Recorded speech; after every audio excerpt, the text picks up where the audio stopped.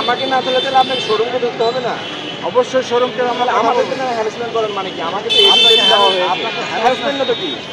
আমি টাকা দিয়েছি, আমার 4 মাস হয়ে যাচ্ছে, আপনার গভর্নমেন্ট আমাকে গাড়ি দিতে পারছে, সিরিয়াল নাম্বার দিতে পারছে, আপনারা তো আমার দোষ না। আপনার যেতে যায় বিএনপির সাথে কথা বলবো, আপনারা আসলে আমরাও কথা বলবো। আপনি না না না, এটা তো একটা হ্যারাসমেন্ট। আমার হেলমেট আছে, আমার লাইসেন্স আছে, আমার গাড়ি আমার 4 মাস হয়ে গেছে, আমি দিয়েছি। এটা আপনাদের দোষ, এটা তো আমাদের দোষ। আমার দোষ আপনার দায়িত্ব, আপনার কালেক্টর দায়িত্ব আপনারা না আপনার কালেক্টর দায়িত্ব আপনারা যদি না দিতে পারেন তো আপনাদের আপনার কালেক্টর আপনার যোগাযোগ করতে হতো, আপনার মায়ের দিচ্ছেন অনেকে আমরা যোগাযোগ করতেই আছি।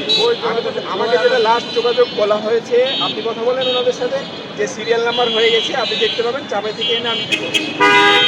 কে বলেছে এই শোরুমের যিনি লোক, শোরুমের কাগজ কি আমি জমা দিব?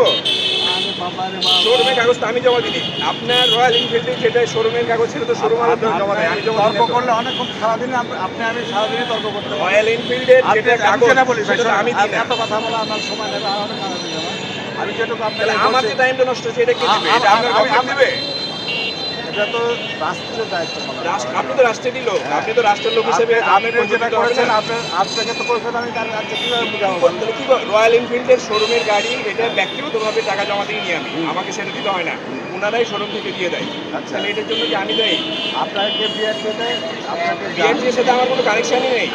আপনি যে কাগজপত্র আপনি দিয়েছেন, আপনি ওটার কাগজপত্র নিয়ে আপনি বিআরটির সাথে কথা বলেন। কথা বললে পরে আপনাকে যা বলে যে আমার কিছু করা আছে, আমার রিসিভ আছে, এটু জেডি আছে, কিন্তু হয়তো উনি বুঝতে পারেনি বা আমি বুঝাতে পারিনি, এ ধরনের কিছু হয়েছে। না আমি হয়তো ওনাকে বুঝাতে পারিনি বা উনি আমাকে বুঝতে পারেনি, এরকম হতে পারে। বাট আমার সব কিছুই আছে।